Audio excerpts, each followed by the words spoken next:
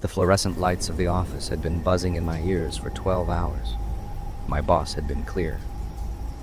The deadline was tomorrow, and being the new guy at 22, I wasn't about to be the one who failed. By the time I sprinted for the last bus, my off-green button-down was damp with sweat, and my tie was hanging loosely around my neck.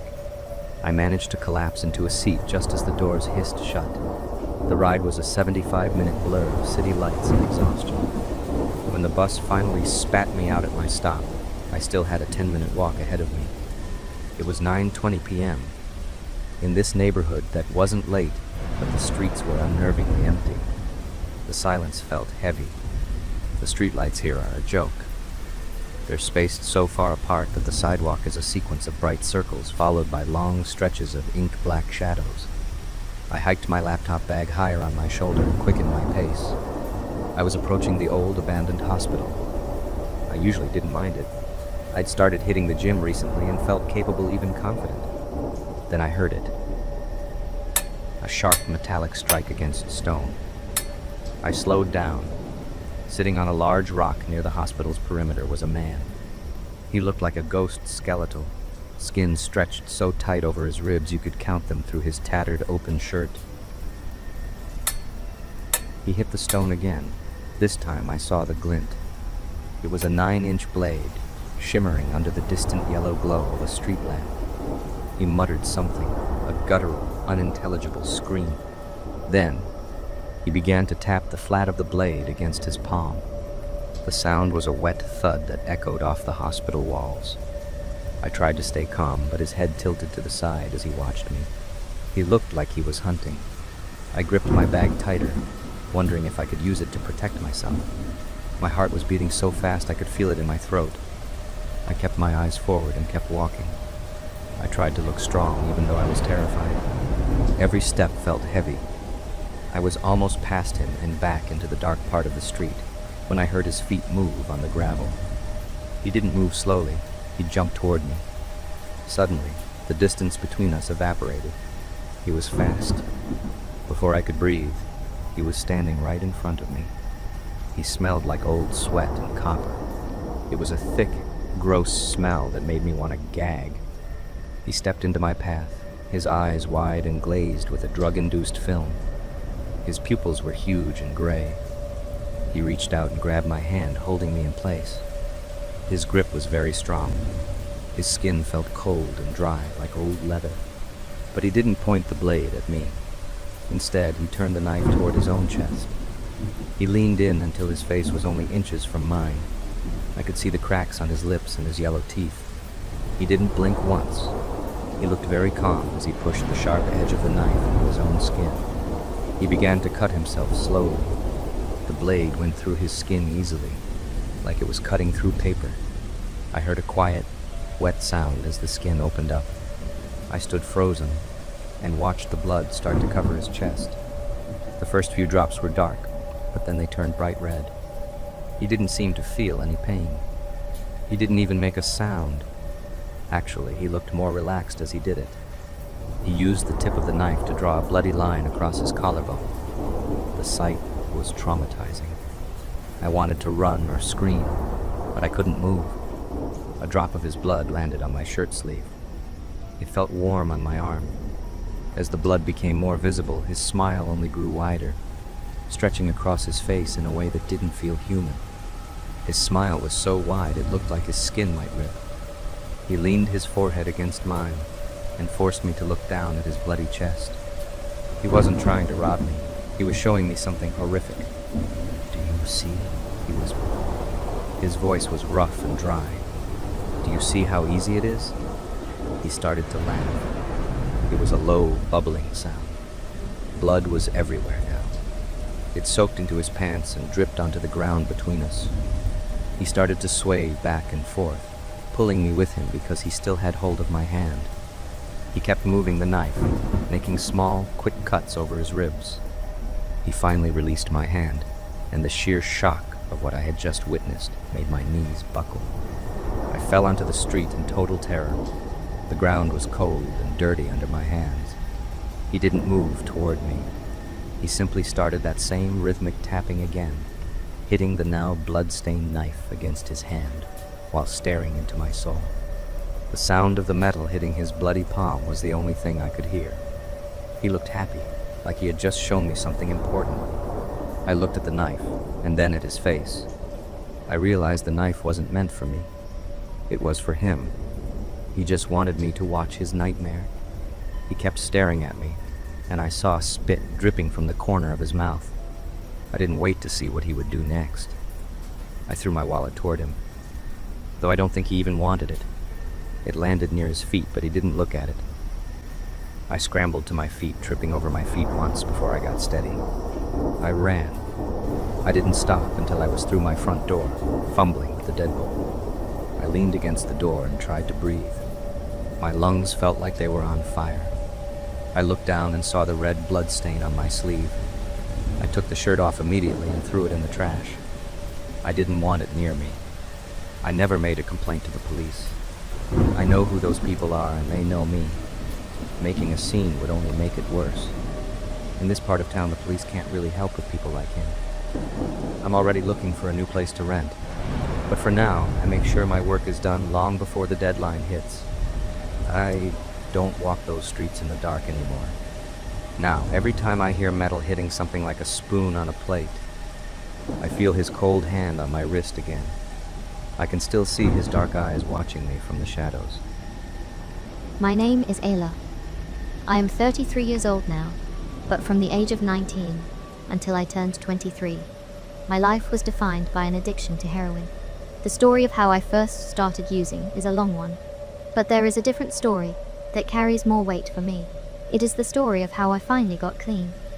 Calling it a better story is a stretch, because the reality of it is horrifying. However, it provided the brutal wake-up call I needed to save my own life. So I suppose there is a silver lining buried somewhere in the tragedy. About 18 months into my addiction, the thin stability I had left completely vanished. I was kicked out of my apartment, and my family, understandably exhausted by my choices, cut ties with me. I found myself living on the streets. At 21 years old, standing only 5 feet 2 inches tall and weighing barely over 100 pounds, I was incredibly vulnerable. Looking back, I realize I should have been terrified, but at the time, my mind was entirely consumed by the constant need to find my next fix. Even so, the reality of being a young woman without a home is a nightmare I wouldn't wish on anyone. The first lesson you learn in that environment is the necessity of protection. It is a hard truth to admit, but survival often depends on having someone by your side. I was more fortunate than most. While many women are forced into dangerous situations for safety, I connected with a man who was also an addict and had been using for about as long as I had. He was only a few years older than me, and our bond wasn't just about the logistics of scoring drugs. We truly liked one another. Over time, that connection grew into a deep, genuine love. We spent 2 years navigating the world together. We faced the constant cycle of trying to quit, failing, and enduring the daily hardships of the lifestyle. The most important part of that time was the word together. He was my entire world, and I was his. He would do anything to keep me safe, from stealing to protect our interests, to physically defending me when things turned ugly. When we were eventually arrested for shoplifting and sentenced to 3 months in county jail, the separation was agonizing. I missed him more than I had ever missed my own family. I struggled to get by while he was locked away, so when the day of his release finally arrived, I was overwhelmed with relief. I actually cried with joy when I saw him again. While he was in jail, the system had forced him to get clean, but the moment he hit the pavement, his first instinct was to get high. I had anticipated this and prepared a small homecoming gift, a $10 bag of heroin. We quickly scouted out a quiet, secluded spot where we wouldn't be disturbed, eager to finally relax and be in each other's company again. He took his hit first, and then I used the rest of the supply. Afterward, we settled into each other's arms to sleep. It was a moment of closeness I had craved for months, a feeling of safety that is hard to put into words. As I drifted off, I felt him start to pull away slightly. I assumed he just needed to get up for a moment to use the bathroom. In my drug-induced haze and my desperation to keep him close, I reached out and tugged on his sleeve. I didn't want him to leave the embrace. I felt like I had waited an eternity for that cuddle, and I told myself he could surely wait just one more minute. When I finally opened my eyes again, I could still feel his arm draped around me. Coming down from a high makes the world feel sluggish and confusing, like your brain is struggling to log back into reality. For a brief second, I felt a wave of warmth and comfort. I wiggled closer to him, pulling his arm tighter against my body. I reached down to find his hand, intending to lace my fingers through his the way he always liked. That was when the warmth vanished. His hand wasn't just cold from the autumn Chicago air.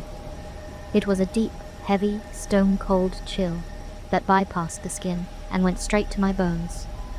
It was the kind of cold that immediately signals that something is fundamentally wrong. I scrambled out from under him and spun around, frantically trying to shake him awake. When he didn't move, I let out a scream so violent that I physically became ill. The noise drew someone nearby to check on us, and the rest of the afternoon became a blurred montage of sirens, EMTs, and police officers asking endless questions. It was an overdose. After being clean for months in jail, his tolerance had dropped significantly. His body simply couldn't handle the dose. The realization that haunted me most was the memory of him pulling away. He hadn't been trying to go to the bathroom. He had been struggling to get help as his body began to shut down. While he was slipping into unconsciousness and passing away, I had been holding him tight, forcing him to stay still so I could enjoy the moment. I had slept next to his body for 5 or 6 hours. That image is something I carry with me every single day. Now, whenever I think about my recovery and how grateful I am to be sober, that memory is the very first thing that comes to mind. It serves as a permanent anchor to my past. I still find it impossible to say or type his name. Doing so triggers a level of grief that feels like it might tear me apart. Even though we were living a life of addiction, my love for him was the most real thing I had. I am plagued by the feeling that I am responsible for his death. He was clean when he walked out of those jail doors, and I was the one who handed him the very thing that killed him. It is a weight I carry constantly, a guilt that I suspect I will never truly be able to leave behind. In the summer of 2006, I was offered a place to study history at Bangor University in North Wales. It wasn't my first choice of uni, but I always wanted to move away for university. I mean, that's half the point of the whole thing, isn't it? See, new places, meet new people, expand and enrich your intellect and all that. Bangor wasn't exactly Manchester or Birmingham, but there was something very quaint about having such a relatively prestigious university built into such a small and storied town. In the end, I only lived in Bangor for the better part of a year, as I ended up dropping out due to family problems. But my brief time there yielded a variety of different experiences. Some I'll always remember, and some I wish I could forget. So much like most other students at that age, university bred a desire for, well, experimentation. And as I partook in a few puffs of the wise man's mint, as one of my mates called it, and decided that yeah, it was something I was going to get into. I didn't take the drinking all that much, too much puking, and the hangovers just weren't worth it. But smoking up in a circle packed with intelligent, thoughtful people, that was a different kettle of fish entirely. Alright, most of the stuff we talked about was just absolute nonsense, which prompted nothing but a descent into giggles. But it was fun. And on top of that, you weren't a soulless, dehydrated husk the next morning. So one morning, I get talking to this local lad called Ricky. Ricky had grown up in Bangor, but wasn't academic enough for university. However, that didn't stop him from walking up into the student areas to take advantage of the public price pubs, which is how I got to talking to him. Eventually, the conversation got on to smoke and where I could get my hands on some, but local dealers didn't always trust the students, and even when they did, the chances that they just rip you off, assuming you were spending mommy and daddy's money, was very high indeed, which is why Ricky's promise of "I'll get some for you" was like music to my ears. I took his number down, told him I'd give him the text sometime, then finished up my pint lost my game of pool, then wandered back to halls. The next day, I gave Ricky a text, and we arranged to meet outside a block of flats on the other side of town. This seemed a bit risky, as it was in the lower portion of Bangor, where the locals lived, and not up on the hill where most of the lecture rooms and halls were. But Ricky seemed like a nice enough bloke. I considered myself fairly streetwise, and with me having no other connections, I figured, why not? So I went to meet him, gave him my last 20 quid, and stood outside the flats well, and we went out to ring one of the buzzers. Now, I'm not completely soft, so I actually ended up peering over my shoulder to get a peek of which one he's ringing, just in case anything goes awry. The door opens. He says, "Back in a minute," and walks inside. A minute goes by, no sign of Ricky. 2 minutes go by, still no sign of Ricky. After 15 minutes of standing outside those flats like an absolute plant pot, I tried calling him, but as you can probably guess, he didn't answer his phone. I dropped him a few texts like "WTF is going on in here?" And again, I get no replies. Obviously, I'm absolutely furious, thinking, I can't believe I'm actually getting mugged off here, and there's absolutely no effing chance that I'm about to just walk away without kicking off. So I marched up to the little keypad near the front door of the flats and started buzzing the same button Ricky pushed. "Hello?" Some voice buzzes over the intercom. "Yeah, I'm a mate of Ricky's. He's got something that's mine. He needs to get back." Oh, the fellow on the other end was obviously playing dumb. "Look, mate, I've just seen him go into your flat, so you can either let me in, or I'll come back later with my cousins and we can see what happens." It was a pure bluff. My cousins were like 60 miles away, but it worked. There was a brief silence, and then the door buzzed open.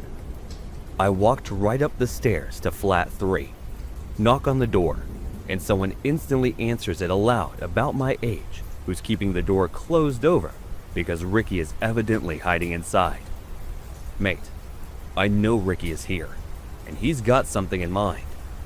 "So he was here, yeah," the lad cuts me off, "but he's just gone off the back. Said he'll be back in a few minutes." Then I hear a voice that obviously belongs to someone older, saying, "Let him wait inside if he wants." The lad looks off to the right, then opens up the door.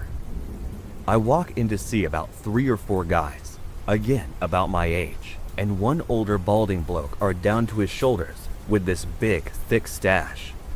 In front of him on this dirty wooden coffee table, almost every kind of illegal substance you can imagine. And after waiting there for about 15 minutes, tension rising the whole time, I decided to give them something of an ultimatum. Because there's absolutely no doubt that I am getting scammed, and they just so happened to be in on it. Now, I know, what I did next was just stupid.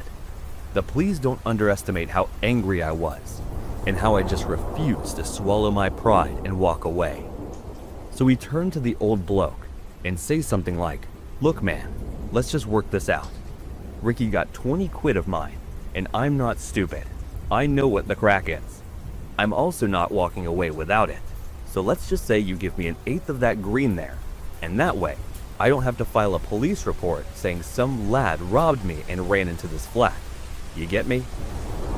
Big mistake. Massive mistake.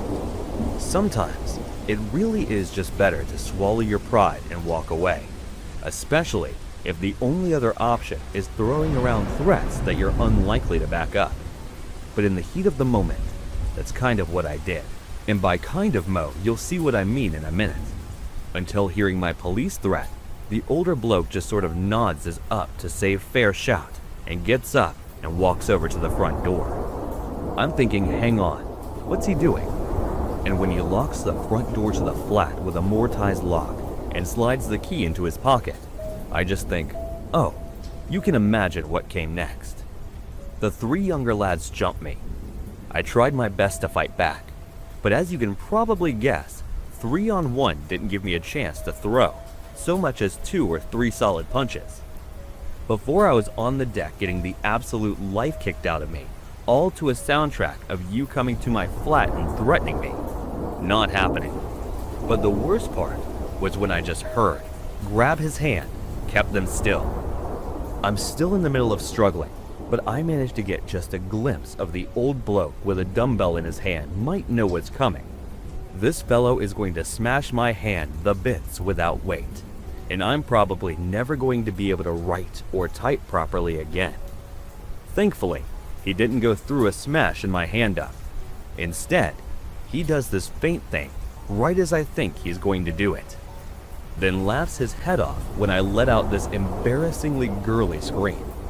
After that, I'm quite literally thrown out of the flat, and as I manage to bring myself to my feet and look back to see that one of the lads has my bloody provisional driver's license in hand, the wallet must have fallen out of the swipe during the kicking. Ah well, now we know your name and where you live. Go the filth and you're a dead man. Get lost. I wandered. But the story doesn't end there. It just gets much weirder and arguably more terrifying. If I'd have just walked away with a bit of a bruised ego, I'd have saved myself a good kicking. However, in actually laying hands on me, these lads had made a huge mistake. I wasn't some gangster bound to a code of silence and honesty. Neither were they. I was a big city, and I definitely wasn't scared of some small town dealers. And if they thought they could just intimidate some kid into silence, that were dead wrong. Because the first place I go, after I ended up getting kicked out of the Phyllis flat, is the Bangor police station. I was just dead honest with them. I told them I got scammed trying to buy smoke. Told the man being battered with me thinking the whole time, they're going to go round up this bloke's flat, and they're going to know he's got drugs in there. The place stunk of them, and that's how I'm going to get my own back. Solid plan, right? And quick side note, for anyone who says I'm a coward, a grass, or a snitch for going to the police, wind your neck in Tony, Montana. This isn't The Wire. This is real life, and you fight with anything you've got available to you. Only, it didn't quite turn out like that. I was hoping the police would knock round Nick the bloke and his underlings, and then I'd see massive drug busts in the papers for a week or something like that. But when the police got back in touch, they said they'd nick a lad for assaulting me, but he was going to plead guilty, so it didn't look like I'd have to go to court or anything. They gave me some leaflets on getting over trauma, advised me to file victims of crime compensation claim, and then that was that. Yeah, it was some small measure of revenge, but it wasn't quite the complete and utter takedown I'd been hoping for. That being said, it would turn out that I didn't have to lift a finger to get my own back on Ricky. His own people would do that for me. Not even 7 days later, I'm doing a bit of food shopping down at Morson's, when who should I see? The giant cast on his leg and bruises all over his face. But Ricky, of all people, almost everyone I spoke to about it was like, wow, that's some karma in action right there. And they might still be right. It might have been a complete coincidence that 1 week the lad robs me, and the next he's in a bloody thigh cast, which, how I know it, must have been a really bad break. Stranger things have happened, right? But there's a thing. I don't really believe in coincidences. I believe in cause and effect. I think the top dog down in the lower town flat was just that top dog in the area. And I think the trouble Ricky ended up causing him Monday was only a fanny hair away from being nicked for selling Class A's. I think he was so angry that he had his little minions break Ricky's leg. I mean, how else to explain his black eyes and all that? He slipped and fell on the path of an oncoming fun run. Pulled the other one. But then, the thing that really tickled me, the thing that honestly made my blood run cold, was this. If they were willing to do that to one of their own, they wouldn't bat an eyelid at the idea of doing the same to some other idiot student, would they? And it's only then that I realized how bloody lucky I'd really been. A few months after I completely balls up my end-of-year exams, ended up dropping out. And that was the end of that chapter. Needless to say, despite the relatively short amount of time I'd spent there, Bangor really did teach me a thing or two. They just turned out not quite to be the kind of things I imagined when I arrived. Illegal activities in the club. In a bustling American city, there was a lively place called Five Nights at Freddy's Club. It seemed like a fun and harmless spot for young people. The club had vibrant lights and music that attracted crowds looking to have a good time, dance, and make lasting memories. The atmosphere was filled with excitement as people embraced the carefree spirit of the night. However, hidden beneath the lively exterior, there was a secret side to Five Nights at Freddy's Club that the partygoers didn't know about. Behind the scenes, there were rumors of hidden activities that the revelers were unaware of. While the neon lights and energetic music created a lively atmosphere, there was a mysterious world behind it, keeping the patrons blissfully ignorant of the secrets hidden in the heart of Five Nights at Freddy's Club. One day, a reporter named Alex Thompson heard rumors about something bad happening at the club. People were saying that illegal drugs were being given to the partygoers without them knowing. Interested in uncovering the truth, Alex decided to go undercover to expose what was going on. Alex brought a hidden camera and a strong belief in doing what's right. Acting like any other person there to have a good time, Alex joined the lively crowd at the club. The place was full of energy, with bright lights and loud music making the dance floor come alive. As Alex moved through the crowded dance floor, it became clear that there was a challenge ahead. The club had tight security, with alert bouncers strategically placed to discourage unwanted attention. Despite this, Alex stayed determined, carefully watching the subtle interactions and whispered conversations among the partygoers. Weeks went by as Alex kept diving into the club scene, trying to collect proof to reveal the illegal drug trade. The nights started to blend, and frustration grew as every attempt to capture the illegal activities on camera failed. The drug deals were done secretly, and those involved were skilled at avoiding detection. But Alex didn't give up. Every obstacle only made Alex more determined to uncover the truth and shield the unsuspecting youth from the dangers hidden in Freddy's Club's shadow. One late night, as the music thumped to its peak, Alex had a breakthrough. In that club, there was a special room that only allowed rich and VIP guests. Security guards stood outside the room, making it impossible for an ordinary person to enter. For some reason, Alex found this strange and thought about listening to the activities and communication inside the room. However, the security was so tight that entering was completely impossible. Because of this, Alex came up with a plan. He decided to work as a waiter in the club to try to enter the room, but this plan failed because only appointed waiters were allowed inside. So, with the help of the club's gossip queen manager, Elizabeth, Alex thought of a way to get inside. After spending some time impressing Elizabeth, Alex finally got permission to be an appointed waiter. This way, he got the opportunity to enter the special room. The scene inside the room was quite surprising. Everyone there was discussing drugs and collaborating with the drug dealer. Alex recorded the whole incident with his mobile camera. Not only that, there was another incident in a corner. A group of people appeared to be involved in a suspicious transaction. Alex quietly approached, recording the exchange with the hidden camera. Finally, there was evidence. The footage showed young faces swapping small packages, exposing the unsettling truth beneath the surface of the lively celebration. Now that Alex had the evidence, it was time to reveal the story. Working hard to safeguard the identities of the innocent young people involved, Alex put together a powerful report. The report would expose the drug trade while ensuring the anonymity of those unintentionally caught up in the deceit. But this journey was not so easy. Bringing the truth of the Five Nights at Freddy's Club to light was no walk in the park. When Alex tried to leave the club with the evidence, he was caught by the manager, Elizabeth, who had overheard the hidden conversation of the drug dealer. As a result, security guards were called, and Alex was taken into a room and beaten. However, Alex didn't lose courage. Somehow struggling with a security guard, he managed to escape from the room and, overcoming great difficulties, exited the club safely, saving himself from potential harm. As soon as he got outside, he took a deep breath and wasted no time. Alex immediately went to the police station.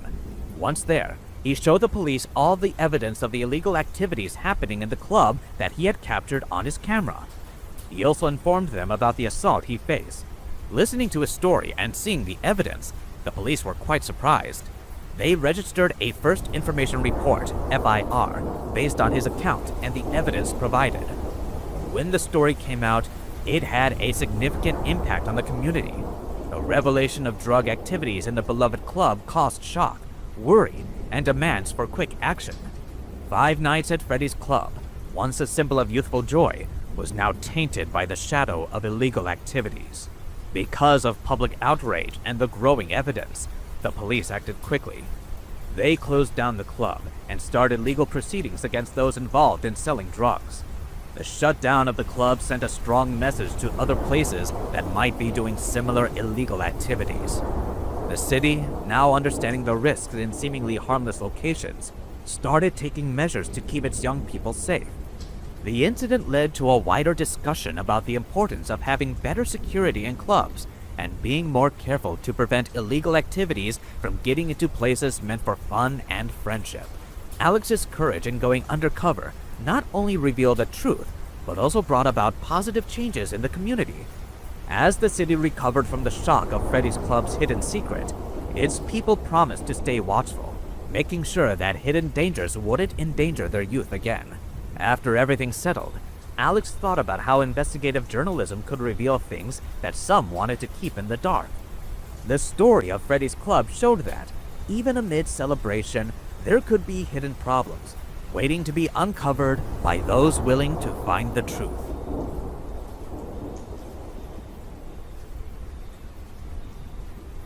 I have reactive attachment disorder, and as a result, I struggle with severe depression. However, I don't take any medication. I say that because I was going through one of the worst bouts of depression I had suffered in a year and a half. And I wasn't hallucinating because of the medication. It was Tuesday night or Wednesday morning, October 13th to 14th. I had cried myself to sleep like I had done for however many hours before. When I woke up, it was 3:34 a.m. My cat Betty was walking around on the bed, and for some reason, my alarm on my phone was going off. I used the Sleep Cycle app, and the alarm was going off even though I had set it for 5:30 to 6 a.m. So I am frustrated that it decided to stop working correctly. Then, I hear that my computer in the living room turns on. I thought that my other cat Vader must have knocked the mouse while wailing over the desk. Then I see the light turn on from the monitor. What? I thought. I was kind of pissed, so I started grumbling about the cats walking around, alarms going off unreasonably, and Vader knocking things about.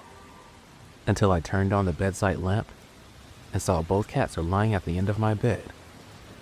Looking into my living room, I froze. I was so confused. I was trying to make sense of it when I heard my main door open. Like the screen door first, then the front doorknob. Then I heard someone move across the carpet.